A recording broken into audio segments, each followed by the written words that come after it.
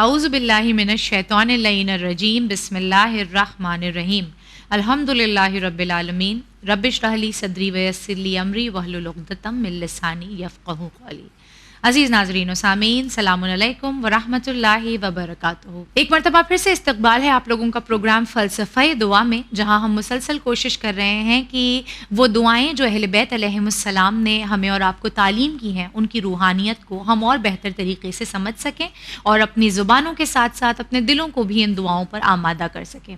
گفتگو میں ہمارے ساتھ خواہر تفسیر فاطمہ رضوی مسلسل بنی ہوئی ہیں۔ آئیے آج پھر سے گفتگو کا آغاز ان کے استقبال سے کرتے ہیں۔ السلام علیکم خواہر۔ علیکم السلام ورحمۃ اللہ وبرکاتہ۔ الفاظ میں آپ کا شکریہ ادا کر پانا کم ہے، اور ہر روز شکریہ ادا کرتے ہیں، پھر بھی شکریہ ادا نہیں ہو سکتا کہ آپ اپنے قیمتی وقت میں سے جو ہے وہ ہمارے لیے فرصت نکالتی ہیں۔ بہت بہت شکریہ خواہر۔ جزاک اللہ خیر۔ جی، پچھلے ایپیسوڈ میں خواہر ہم نے گفتگو کی تھی سحر کے وقت پڑھی جانے والی دعاؤں کے اعتبار سے، جس میں دعائے ابو حمزہ صومالی پر ہم نے گفتگو کی تھی۔ آج میں یہ چاہ رہی ہوں کہ آپ بتائیں کہ افطار کے وقت کون سی دعاؤں کو پڑھنے کی تاکید کی گئی ہے؟ اعوذ باللہ من الشیطان الرجیم بسم اللہ الرحمن الرحیم وبہ نستعین وہو خیر وناصر ومعین۔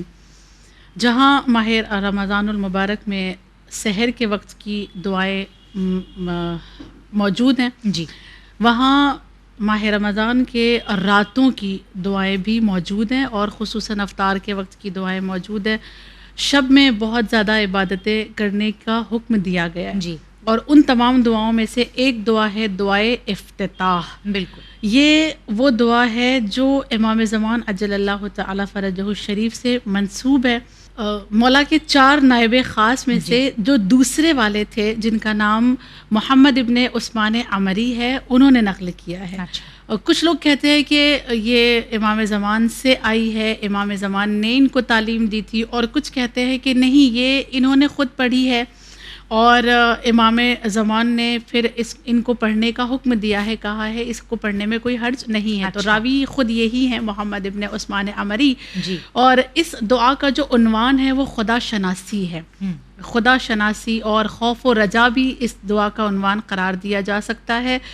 اس دعا میں جو سب سے زیادہ جس چیز کو مانگا گیا ہے وہ ہے امام زمان کی حکومت کے سائے میں اسلامی حکومت کے نظارے کو دیکھنا۔ سبحان اللہ۔ اور بہت زیادہ اشتیاق ظاہر کیا گیا ہے اس دعا میں کہ ہم ان کی حکومت کو دیکھنا چاہتے ہیں، اور اپنی ذمہ داریاں جو ہماری اور آپ کی ذمہ داریاں، ان کی غیبت میں اس ذمہ داری کو ہم ادا کرنا چاہتے ہیں، اس کی توفیق اس دعا میں مانگی گئی ہے۔ اچھا خواہر، پچھلے ایپیسوڈ میں جب ہم نے دعائے ابو حمزہ صومالی کا بھی تذکرہ کیا تھا تو آپ نے یہ کہا تھا کہ اس کو اگر روز پوری نہ پڑھا جا سکے تو تھوڑی تھوڑی سی جو ہے وہ روز کم از کم ایک صفحہ ہی صحیح، ایک پیج ہی صحیح روز پڑھا جائے۔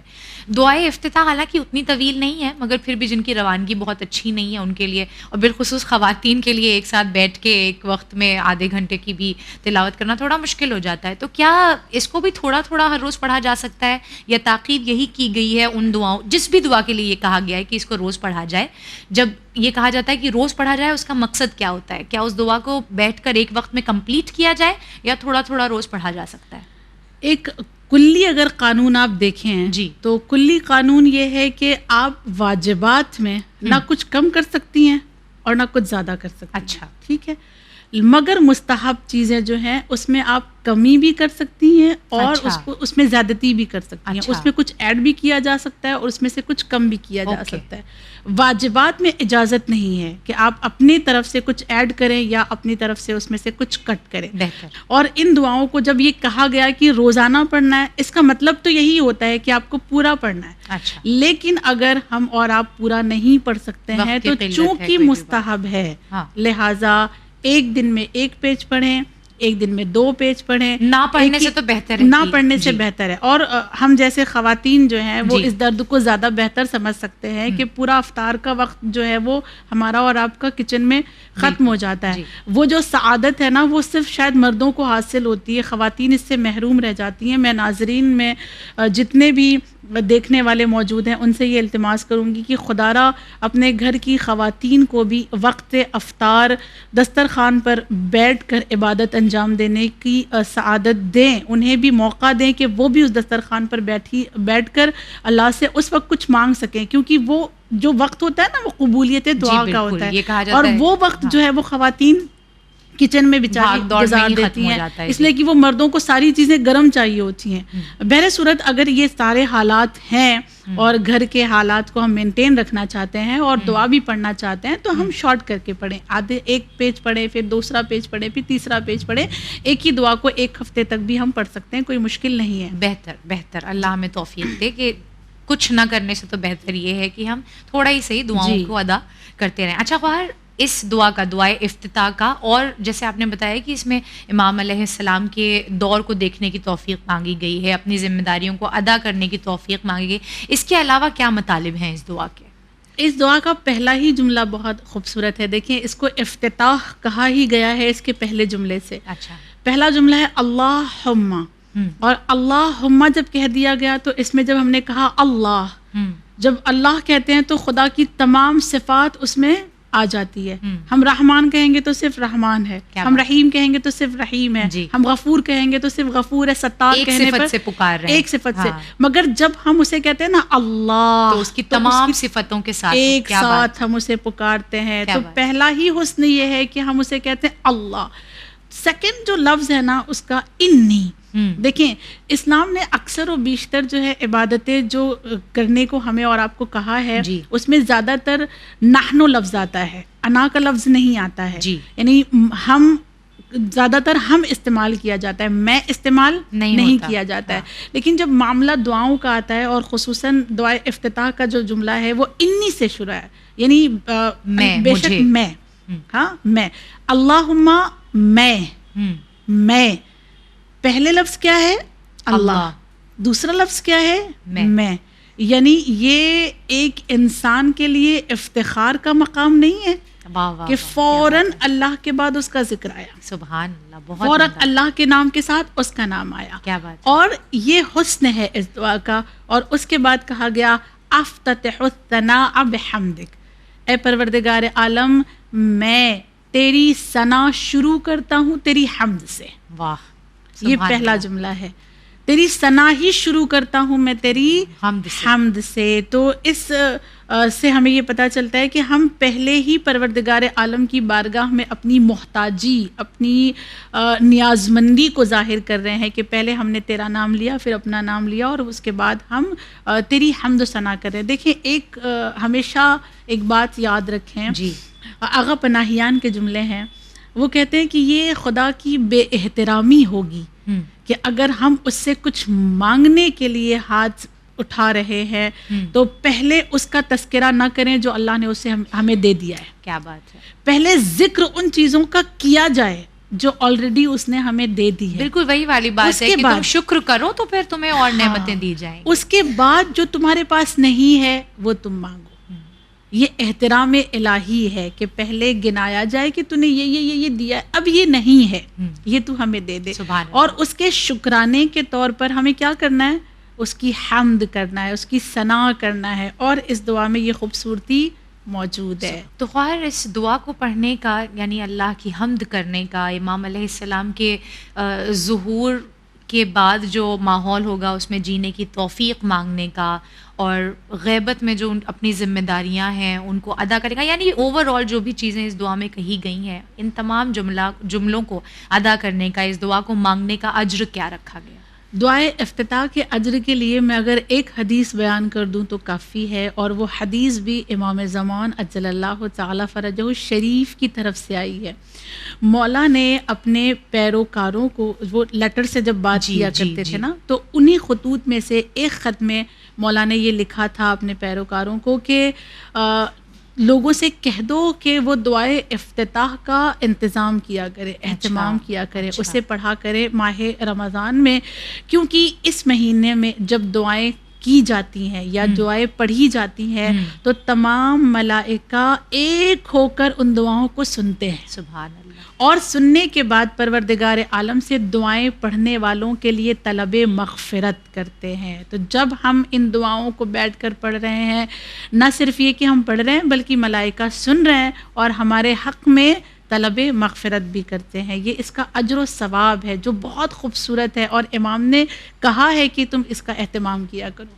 اللہ ہمیں توفیق دے کہ جن چیزوں کا مطالبہ امام علیہ السلام ہم سے کر رہے ہیں ہم ان پر کھرے اتر سکیں انشاءاللہ. اچھا غوہر، اس کے علاوہ دعائے افتتاح کے علاوہ دعائے مکارم الاخلاق جو ہے وہ بھی شب میں پڑھنے کو کہی گئی ہے یا فقط شب قدر میں پڑھنے کو کہی گئی ہے؟ تاکید جو ہے دعائے مکارم الاخلاق کی وہ شب قدر کے لیے ہے. لیکن اگر کوئی پڑھنا چاہے تو ماہ رمضان المبارک کی رات میں پڑھی جانے والی یہ دعا ہے دعائے مکارم الاخلاق. اور یہ وہ دعا ہے کہ جو صحیفہ سجادیہ میں موجود ہے، دعا نمبر 20 ہے. اور اس دعا کو امام سجاد علیہ الصلوۃ والسلام نے ہماری طرف پہنچایا ہے، ہم تک ان سے آئی ہے یہ دعا. اور مکارم الاخلاق اس دعا کے نام کو دینے کی ایک وجہ یہ ہے کہ تمام دعائیں، اب بہت خوبصورت جملہ علماء نے لکھا کہ تمام دعائیں جو ہوتی ہیں اس کا جو عنوان ہوتا ہے وہ خدا شناسی ہے. ایک مکارم الاخلاق دعا ایسی ہے جس کا عنوان خود شناسی. بہت خوبصورت دعا ہے، بہت ہی خوبصورت. اس دعا میں خود کو پہچاننے کا حکم دیا گیا، خود سازی اور خود شناسی. اور یہ دو ایسے ٹاپک ہیں نا جو حوزہ علمیہ میں ان دونوں ٹاپک کا باقاعدہ سلیبس ہے اور ان کو پڑھایا جاتا ہے. نہ صرف یہ کہ اسلام میں باقی ادیان میں بھی یہ کہا جاتا ہے جس نے اپنے آپ کو پہچان لیا اس نے خدا کو پہچان لیا. من عرفا نفسا فقط عرفا ربا. بالکل، جس نے خود کو پہچانا اس نے رب کو پہچانا. تو اس دعا کا جو عنوان ہے، ٹاپک جو ہے وہ ہے خود شناسی اور خود سازی. اور اس دعا میں پروردگار عالم سے اخلاق کی سعادت مانگی گئی ہے، کردار کی سعادت مانگی گئی ہے کہ پروردگار عالم میرے اخلاق کو سنوار دے، میرے رفتار و گفتار کو سنوار دے. اس طرح کی خداوند کریم سے تمام سماجی اخلاق کی درخواست کی گئی ہے. جس نے بھی اس دعا کو پڑھا ہے ترجمے کے ساتھ وہ اس بات کی تائید کرے گا کہ کتنی خوبصورت یہ دعا ہے، اور دل اس بات کو ماننے پر مجبور ہو جاتا ہے کہ اس کو ہمارے اور آپ جیسے خاکی بشر جو ہیں وہ سمجھ نہیں سکتے، ادا ہی نہیں کر سکتے. اس کو ادا کرنے کے لیے زبان امامت چاہیے. یہ الفاظ، یہ آئیڈیاز، یہ کیفیت دعا یہ ہمارے اور آپ جیسے خاکی بشر ادا ہی نہیں کر سکتے. اور یقیناً افسوس ہے ان لوگوں پر جنہوں نے اہل بیت کے ہوتے ہوئے ایسے لوگوں کے اوپر ایسے لوگوں کو فوقیت دے دی کہ جو ان کو کبھی بھی ایسے جملوں سے ایسی دعاؤں سے نہیں نواز سکتے. خیر اس دعا کی جو ایک خاص بات ہے وہ یہ کہ ہر پیراگراف، ہر بند کے بعد صلوات کی تکرار کی گئی ہے. اس کا فلسفہ کیا ہے، اس کا مقصد کیا ہے؟ ہر بند سے پہلے صلوات ہے اور صلوات کے بعد اللہ سے کسی چیز کی درخواست ہے. ٹھیک ہے. اور اس دعا میں اگر ہم کاؤنٹ کریں تو تقریباً 20 ٹائمز ہمیں صلوات مل جائیں گے، یعنی 20 بار صلوات کی تکرار ہوئی ہے. صلوات کی تکرار اس وجہ سے تاکہ دعا استجابت کے قریب ہو جائے. سبحان اللہ. بالکل، یعنی کہ اب اللہ قبول کرے گا نا. کیوں؟ اس لیے کہ روایات اس بات پر دلالت کرتی ہیں، ائمہ کی روایت حدیث سے موجود ہے کہ اگر کسی دعا کے پہلے صلوات پڑھی جائے اور دعا کے بعد صلوات پڑھی جائے تو چونکہ دعا مستجاب، صلوات مستجاب ہے، صلوات رد نہیں ہے، صلوات تو بہرحال مستجاب ہے. تو جب اول مستجاب، آخر مستجاب، تو درمیان والا اس کے صدقے میں جو ہے اس کے صدقے میں مستجاب. لہٰذا یہ فلسفہ ہے کہ امام سجاد نے بھی اس دعا کو مستجابت کے بالکل قریب رکھنا چاہا اور ہر بند سے پہلے صلوات پڑھی تاکہ جو مانگا جا رہا ہے اس کے بعد وہ پروردگار عالم فوری طور پر عطا کرتے. سبحان اللہ، سبحان اللہ. کاش کہ ہم ان چیزوں کو سمجھ سکیں اور سمجھنے کے بعد جو لطف اس وقت ڈسکس کرتے ہوئے آ رہا ہے وہی لطف ہمیں اس دعاؤں کو ادا کرتے وقت بھی آئے انشاءاللہ. اچھا خیر، ابھی ایک جو سوال میرے ذہن میں ابھی آیا ہے کہ یہ دعا اخلاق کے پہلو سے اخلاق ایک ایسی چیز ہے کہ یقیناً اللہ ہر شے پر قادر مطلق ہے، مگر اخلاق ایک ایسی چیز جس میں ہمیں خود کام کرنا ہے. ٹھیک ہے، اگر ہم اللہ سے دعا کرتے رہیں کہ معبود ہمارے اخلاق کو اچھا کر دے مگر ہم خود اس پر کام کر ہی نہیں رہے ہیں تو پھر کوئی فائدہ نہیں ہوگا. تو یہ کیوں ہے کہ اللہ سے دعا کی جا رہی ہے جبکہ کام ہمیں خود کرنا ہے اس پر؟ اس کا جواب آیت اللہ روح اللہ خاتمی نے بہت خوبصورت انداز میں دیا ہے. 2 جوابات دیے انہوں نے.